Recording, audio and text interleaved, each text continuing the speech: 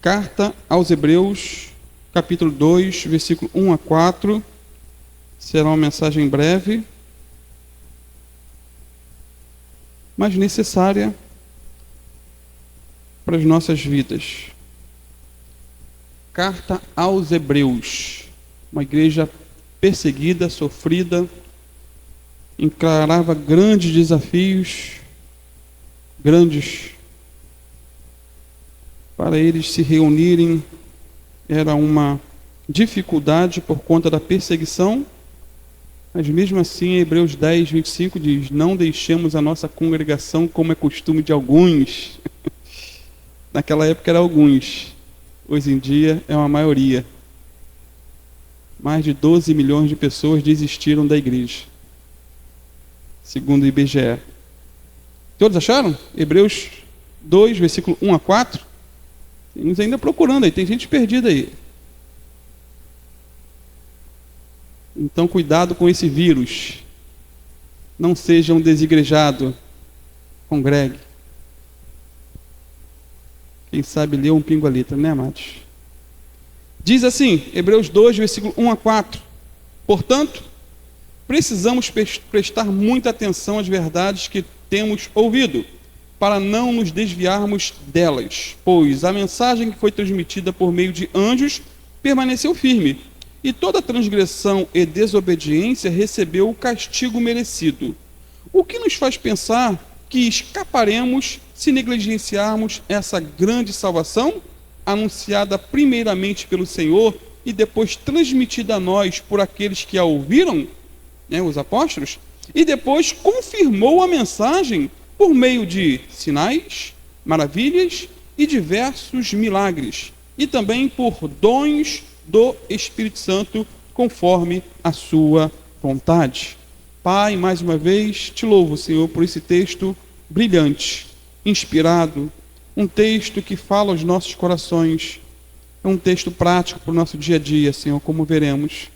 Usa-nos, Senhor, fica conosco, fala ao coração de cada um dos irmãos aqui, Pai. Eu te peço em nome do teu Filho Jesus. Amém, amém e amém. Os irmãos podem sentar-se.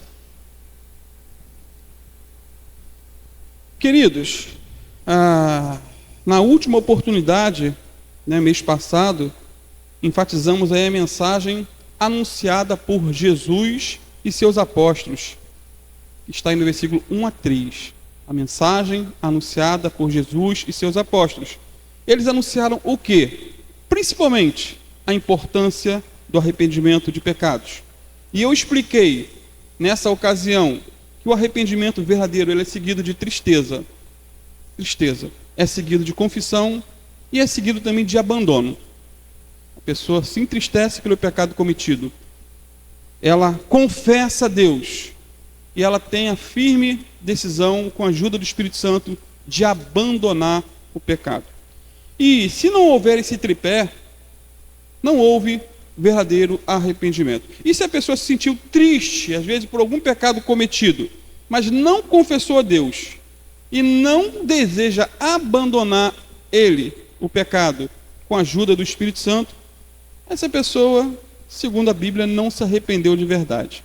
Porque há pessoas que realmente se entristece, cometeu um delito contra Deus, tem aquela tristeza, confessa, mas continua. E segundo o princípio bíblico é a tristeza, a confissão e o abandono.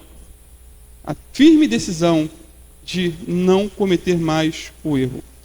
E tudo isso já vimos na última pregação, cujo tema foi uma mensagem urgente. Hoje veremos que essa mensagem anunciada por Jesus e também pelos seus apóstolos, ela foi confirmada, confirmada com, como diz o versículo 4, com sinais, maravilhas, diversos milagres e dons do Espírito Santo. Isso porque, queridos, o ministério aí do Senhor Jesus, ele foi marcado não só de pregação, pregava, mas também de poder. Ele pregava e agia. Jesus não pregou somente aos ouvidos, mas pregou também aos olhos. Aos olhos. Ele foi um grande pregador, por sinal, o melhor dos pregadores. Quando você lê o Sermão do Monte, por exemplo, Mateus 5, 6 e 7, foi um sermão brilhante. Detalhe, um sermão longo, não foi participativo, né? Ele estava ali pregando e o povo ouvindo, assim como nós estamos fazendo aqui agora. Um modelo padrão, né? Não estou me comparando a Jesus, mas eu falo a nível de pregação, de anúncio. Então, Jesus foi o melhor dos pregadores, mas suas mensagens eram confirmadas com sinais, maravilhas e diversos milagres. Os irmãos que lembram, né, os mortos foram ressuscitados. Os cegos voltaram a ver no ministério do Senhor. Os coxos andaram. Os leprosos foram limpos. Os famintos foram saciados. Jesus transformou água em vinho e depois andou sobre as águas. Milagres, sinais, maravilhas. Enfim, Jesus foi e é o poder de Deus em ação. O poder de Deus em ação. Ele é o mesmo ontem, ele é o mesmo hoje e ele será eternamente. O que ele fez no passado, ele ainda faz no presente. E graças a Deus por isso. Então eu vou ler mais uma vez aí o verso 4, na versão NVT, que diz assim: e Deus confirmou a mensagem. Qual mensagem? Né? De Jesus e dos apóstolos. Se você vê o versículos antes, de Jesus e dos apóstolos. Por meio de sinais, maravilhas e diversos milagres. E também por dons do Espírito Santo, conforme a sua vontade. O mais interessante é que Jesus fez esses milagres não em nome do Pai. Ele não usou em nome do Pai, saia demônios. Em nome do Pai, fique curado o enfermo. Né? Por exemplo, lá ao ressuscitar Lázaro, depois de 4 dias de morto, ele simplesmente disse: Lázaro, venha para fora. E a Bíblia diz que Lázaro saiu depois de 4 dias de morto. Obedeceu a ordem do Senhor.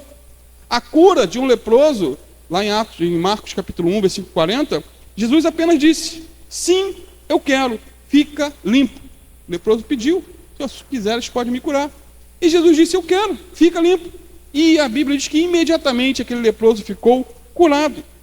Ao curar aí o cego Bartimeu, Jesus simplesmente perguntou: o que queres que eu te faça? E o cego respondeu: Senhor, eu quero ver. E Jesus disse: então veja. E o cego voltou a enxergar. Então, Jesus era a própria autoridade do Pai em ação. Ele era um e é um com o Pai, como a Bíblia diz, né? Jesus é Deus feito homem. Não estou dizendo que Jesus era o Pai e muito menos que o Espírito Santo é Jesus, né? Não estou afirmando isso. A Bíblia distingue as pessoas, mas enfatiza a unidade. A Bíblia revela o Pai, o Filho e o Espírito Santo como 3 pessoas distintas, mas que formam uma unidade perfeita. Então, a grande salvação ela foi confirmada com sinais, maravilhas e prodígios. E mais, os apóstolos do Senhor, eles deram sequência a esses sinais, a essas maravilhas e a esses prodígios. Porém, eles não tinham autoridade própria, como Jesus tinha. Eles não tinham poder intrínseco em si mesmos. A autoridade que eles tinham vinha do Jesus ressurreto. Era o poder no nome de Jesus que realizava os sinais e maravilhas. O que os apóstolos tinham era o que é chamado de poder delegado, dado a eles. Amados, poder delegado é um conceito jurídico e também administrativo que se refere à transferência de autoridade e responsabilidade de uma pessoa para outra, permitindo que a segunda tome decisões e haja em nome da primeira. E foi exatamente isso que Jesus fez, delegando autoridade à sua igreja, e não só aos seus apóstolos, autoridade à sua igreja, aos que creem nele. O que crê, ele pode orar em nome de Jesus e ver sinais e maravilhas. E é isso que nós encontramos em Marcos 16, versículo 16 a 18. Olha o que o Senhor Jesus disse: quem crê e for batizado será salvo, Marcos 16, 16 e 18. Quem crer e for batizado será salvo, mas quem se recusar a crer será condenado. Os seguintes sinais acompanharão aqueles que creem. Em meu nome expulsarão demônios, falarão novas línguas, pegarão em serpentes, sem correr perigo. Se beberem algum veneno ou algo venenoso, não lhes fará mal, e colocarão as mãos sobre os enfermos, e eles serão curados. É o que crê. Não está falando aqui os pastores, os evangelistas, os apóstolos. É aquele que crê. Os seguintes sinais acompanharão aqueles que creem. Vão usar o nome de Jesus, na autoridade, no nome de Jesus, no poder do Espírito Santo, e vão ver maravilhas para a glória de Deus.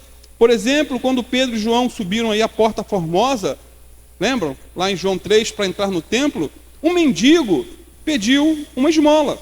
Atos 3, versículos 6 a 8, Pedro respondeu o seguinte para ele: não tenho prata nem ouro, mas o que tenho, isso te dou. Em nome de Jesus, o Nazareno, ande. Segurando-o pela mão direita, ajudou-o a levantar-se, e imediatamente os pés e os tornozelos do homem ficaram firmes. E de um salto pôs-se de pé e começou a andar. Depois entrou com eles no pátio do templo, andando, saltando e louvando a Deus. Recebeu a cura e entrou com os apóstolos no templo. Os apóstolos foram congregar no templo, como nós estamos aqui. Então não foi Pedro que curou esse paralítico. Foi? Não. Quem curou foi Jesus. Até porque depois do milagre as pessoas começaram a olhar para Pedro e João assim, de maneira diferente. Naquela visão assim, pô, eles são caras, né? Eles são milagreiros. Eles são super-humanos, extraterrestres. Mas Pedro deu a seguinte resposta, aí mesmo em Atos 3, 12 a 16. Povo de Israel, por que ficam surpresos com isso? Com esse milagre? Com a cura desse homem? Porque olham para nós como se tivéssemos feito este homem andar por nosso próprio poder ou devoção? Pois foi o Deus de Abraão, de Isaque e de Jacó, o Deus de nossos antepassados, quem glorificou seu servo Jesus, a quem vocês traíram e rejeitaram diante de Pilatos, apesar de ele ter decidido soltá-lo. Vocês rejeitaram o santo e justo e, em seu lugar, exigiram que um assassino fosse liberto.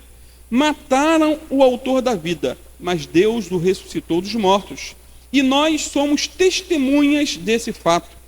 Aí ele diz aqui, pela fé no nome de Jesus, este homem que vocês veem e conhecem foi curado. A fé no nome de Jesus o curou diante de seus olhos. Então não foi um poder intrínseco de Pedro e João, foi o nome de Jesus, que continua operando sinais e maravilhas para a glória de Deus.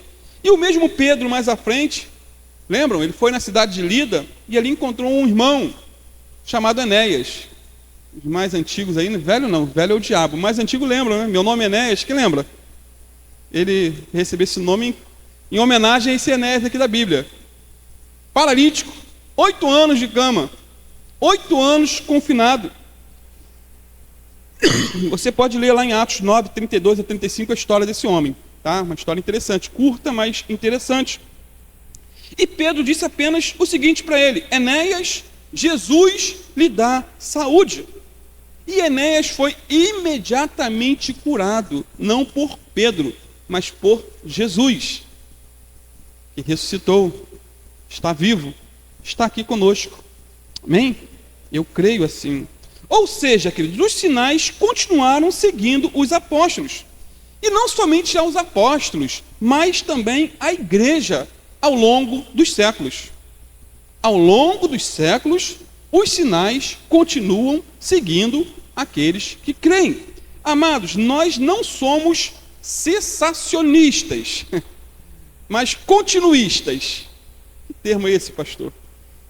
Ou seja, o cessacionista ensina que parte dos dons espirituais cessaram de existir no período apostólico. Só ficou lá confinado aquele período, né? Ensinam que Deus não usa mais os homens com dons espirituais, como dons de cura, dons da fé, dons de operações de sinais e maravilhas, etc. Por outro lado, os chamados continuistas creem que os dons são concedidos pelo Espírito Santo ainda hoje aos homens, não a uma elite espiritual, não uma classe sacerdotal, mas a todos, seja pastor, seja leigo. Deus distribui seus dons. A Bíblia diz, o apóstolo Paulo ensina: buscai com zelo os melhores dons, principalmente de profetizar. Então, dentro dessa perspectiva, eu sou continuista. Eu creio em milagres. Eu creio, literalmente. Eu creio nos dons espirituais. E eu oro a Deus para que Ele conceda mais e mais dons espirituais à igreja desse século, dessa época tão difícil que estamos vivendo. Eu creio. Eu creio que Jesus é o mesmo ontem, hoje e eternamente. Quem crê nisso aí, né? Não tem nenhum cessacionista aí não, né? Continuista, queridos, nós cremos, precisamos crer, porque Jesus está vivo. O mesmo que operou, opera. E o mesmo que concedeu dons aos homens no passado, concede dons aos homens no presente. E isso é provado na história. Não ficou só no período apostólico. Não. Muitos irmãos foram usados por Deus na história da igreja para expulsar demônios e curar enfermos em nome de Jesus. Muitos, e muitos, e muitos. Por exemplo, em 165 depois de Cristo, Justino Mártir escreveu que inúmeros endemoniados e doentes eram libertos em nome de Jesus, depois do período apostólico. Inúmeros, não alguns. Em 192, Irineu de Lyon escreveu que os discípulos de Jesus estavam operando sinais e maravilhas segundo o dom que cada um recebeu dele. Isso são dados históricos. E ele escreveu o seguinte ainda sobre esses sinais: outros curam os doentes, impondo as mãos sobre eles e tornando-os sãos. Além disso, como já disse, até mortos foram ressuscitados e permaneceram entre nós durante anos. Tudo isso em nome de Jesus, o ressuscitado. Mortos eram ressuscitados no período pós-apostólico, mesmo em meio às grandes perseguições promovidas pelos imperadores romanos. Então, me faltaria tempo para relatar todos os casos de curas, sinais e maravilhas ao longo da história. O assunto é bem extenso, porém não tem como se negar que o Espírito Santo continuou e continua concedendo dons aos homens. Martinho Lutero, por exemplo, profetizava, evangelizava, segundo a história, falava línguas e interpretava. Ele era revestido de muitos dons do Espírito Santo. E orou até para um amigo certa feita e o amigo ficou curado. John Wesley, certa feita, orou por seu cavalo. Estava com uma das patas aí extremamente enferma e a pata do animal foi imediatamente curada e ele seguiu viagem para pregar o evangelho. Dom de cura para curar animais. Isso já foi prática, querido. Já orei para animais lá em casa que ficaram curados. Minha mãe orou por muitas galinhas dela que tinha doentes, né? Pegava lá com fé, botava óleo ungido dentro do bico da galinha. Em nome de Jesus, fica curado. No dia seguinte, amanhecia boazinha. Ia dormir jururu. É a fé. É o nome de Jesus. Quantas pessoas, talvez aqui, já não foram curadas? Eu já fui curado, queridos, para a glória de Deus. Não por merecimento. É bondade, é graça, é favor. O Senhor, o que Manu usa, o termo lá no campo missionário, esses são os mimos de Deus para conosco. Isso não quer dizer que não vamos ficar doentes e não possamos morrer de uma doença, até porque todos, o próprio profeta Eliseu morreu da doença que ele tinha uma doença. Então não é levar para um extremo, mas é continuar crendo que Deus cura, que Deus restaura. E se você não pode, por exemplo, às vezes não tem oportunidade de orar pelos outros, exerça a sua fé orando por si mesmo. Está com um problema? Creia que Deus vai restaurar, impõe as mãos. Imporão as mãos sobre os enfermos. Se você é um enfermo, impõe a mão sobre você mesmo. Pastor, mas a minha mão é meia suja, meia contaminada. Meu irmão, se arrependa, abandone. Ore, jejue, clame a Deus. Não se acomode com o pecado, mas clame a Deus. Peça a Ele perdão. Peça a Ele que te use. Peça a Ele cura. Um outro personagem também muito usado por Deus, com sinais e maravilhas, foi um homem chamado Smith Wigglesworth, um inglês. É interessante que ele era um homem simples, um bombeiro hidráulico. Foi ensinado pela esposa a ler e escrever. Era analfabeto. A esposa que ensinou ele a ler e a escrever. Mas Deus deu a ele dons espetaculares de sinais e maravilhas. Isso é atestado na história, queridos. Ele viveu no século XIX. Um homem extremamente usado por Deus na simplicidade. E dentre tantos milagres, ele foi usado por Deus para ressuscitar 23 pessoas. Enterro cancelado. Ele chegava, orava e Deus ressuscitava. E dentre tantas dessas pessoas que Deus usou ele, estava a sua esposa. Certa feita ela morreu. Ele falou: Senhor, não posso ficar viúvo. Ela me faz muito bem. E orou para que ela ressuscitasse. E ela ressuscitou.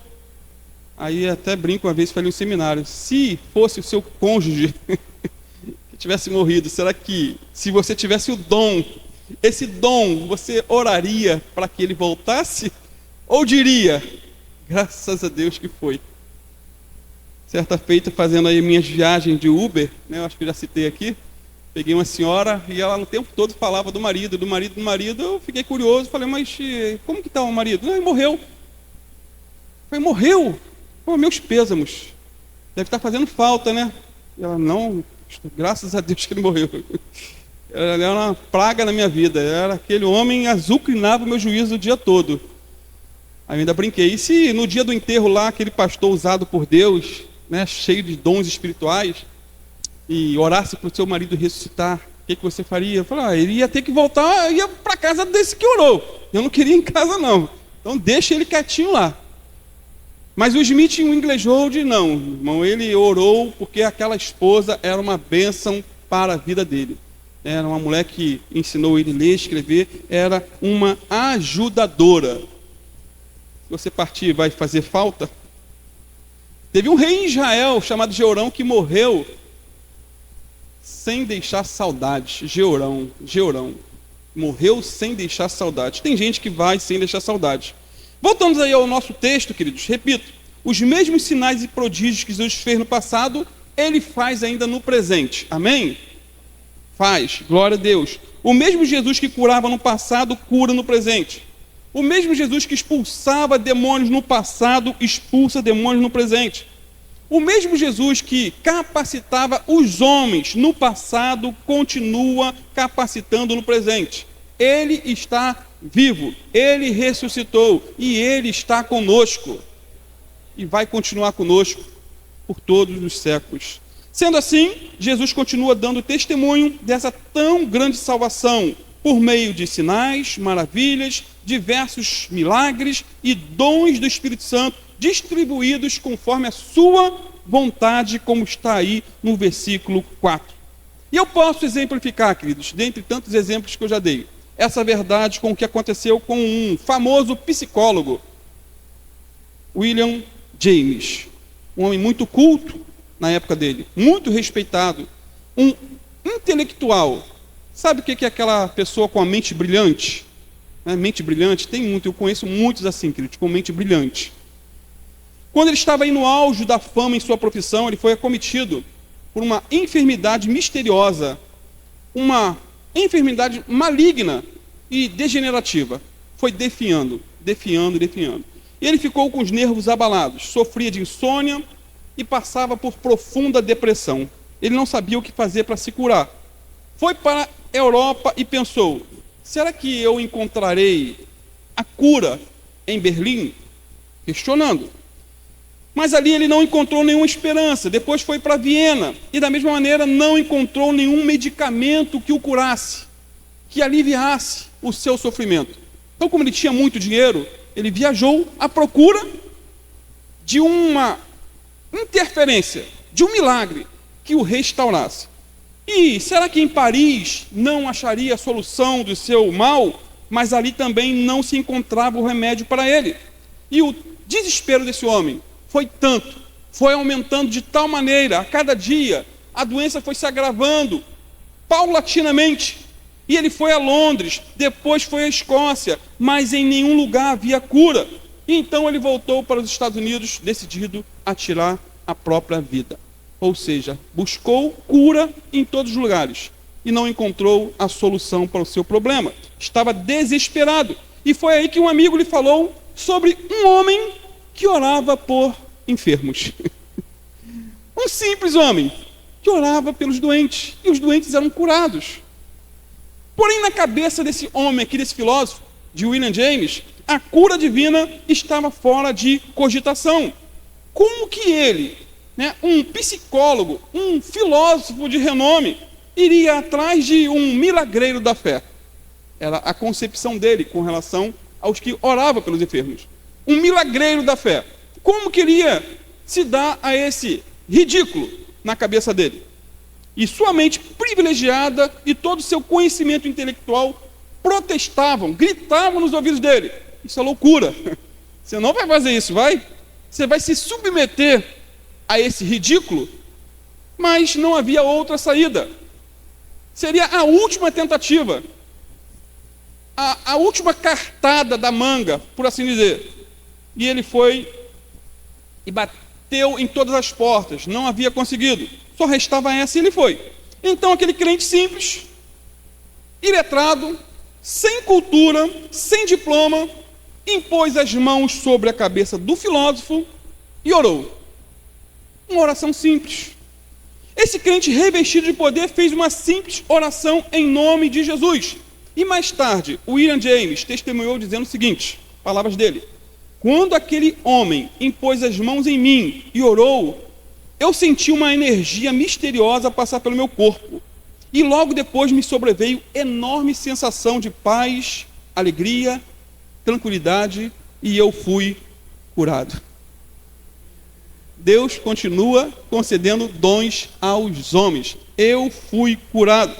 Irmãos, quem curou o William James não foi o pastor simples, humilde, foi Jesus. Jesus é o caminho, a verdade e a vida. Jesus é o sol da justiça, o Deus forte, o Pai da eternidade. Ele é o príncipe da paz, o Emanuel. O Deus conosco, que está aqui, que está lá, que está além, que está aquém. Ele se move em nosso meio. Ele é o Deus comigo, o Deus contigo, o Deus em nós. Ele é o Deus por nós. O Deus conosco. Jesus é o Deus que salva, cura e liberta, que transforma e que tem todo o poder centralizado em suas mãos. E o que ele fez no passado, queridos, ele faz no presente. Amém? Quero te convidar a ficar de pé.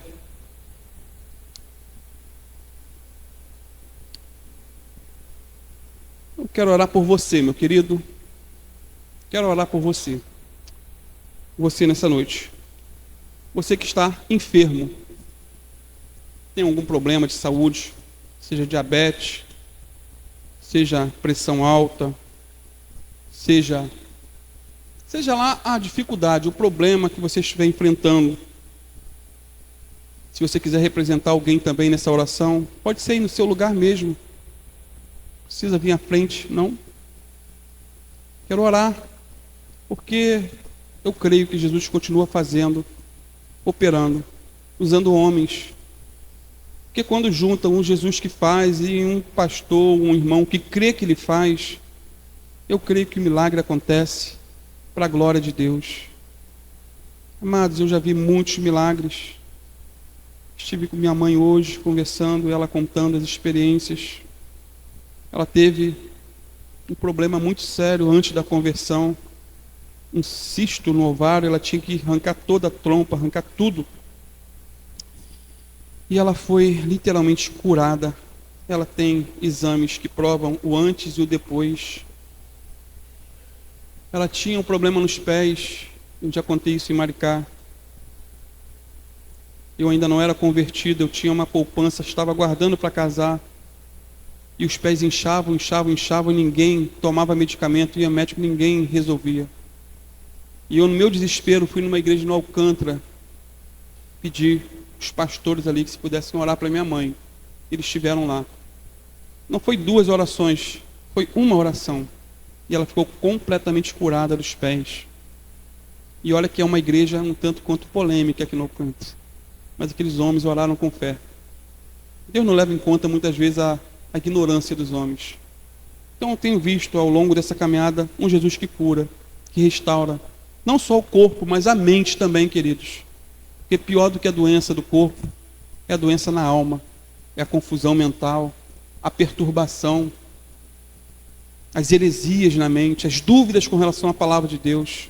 E eu quero orar por você nessa noite. Pai amado, em nome do Teu Filho Jesus, Senhor, nós cremos, usamos tantos textos aqui, Senhor, mostrando que o Senhor é o mesmo ontem, hoje e eternamente. Senhor, eu creio que o Senhor faz o que fez no passado, que os mesmos milagres, sinais e maravilhas, os dons, o Senhor continua dando aos homens. E eu peço a Ti, Senhor, neste momento, a cura para os meus irmãos, Senhor, que todo espírito de enfermidade, toda diabetes, toda pressão alta, todo problema no organismo, todo problema, Senhor, talvez na mente, todas as dúvidas, perturbações que possam estar acontecendo, Pai, insônia, Senhor, pensamentos que vêm como um furacão na mente, Senhor, atacando violentamente, Pai, que o Senhor venha em nome de Jesus curar, libertar nessa noite, Senhor, porque assim como aqueles apóstolos foram revestidos com dons espirituais, a história da igreja mostra também, Senhor, e assim também acontece no presente. Nós cremos, Senhor, que o Senhor continua fazendo sinais e maravilhas, porque o Senhor não está morto, o Senhor está vivo, Senhor. Então, Senhor, cura o Teu povo, restaura a saúde do Teu povo, dá esse mimo, Pai, para cada um dos irmãos aqui, Senhor, assim como o Senhor já fez comigo, Pai, em tantas situações, me curando de tantas coisas, Senhor. Eu peço também neste momento a cura para os meus irmãos, Pai, para a glória do Teu nome, seja miopia, seja lá qual for a dificuldade, aqueles que estão aqui representando alguém, orando, intercedendo por alguém que está enfermo, está passando por grandes lutas, Senhor, que a Tua cura prevaleça, aconteça para a glória do Teu nome, para a glória do Teu nome, para a exaltação do Teu nome, Jesus. Faz, Senhor, em nosso meio o que o Senhor fez no passado e tem feito no presente também, em tantas igrejas, no ministério de tanta gente, Pai, porque o Senhor continua fazendo isso, Senhor. O Senhor continua curando, porque o Teu Filho Jesus, naquela rude cruz, tomou sobre si os nossos pecados e também as nossas enfermidades, e nós cremos nisso. Cremos, Senhor, que na expiação está a cura também, para a glória do Teu nome, em nome de Jesus. Amém, amém e amém. Amém, queridos?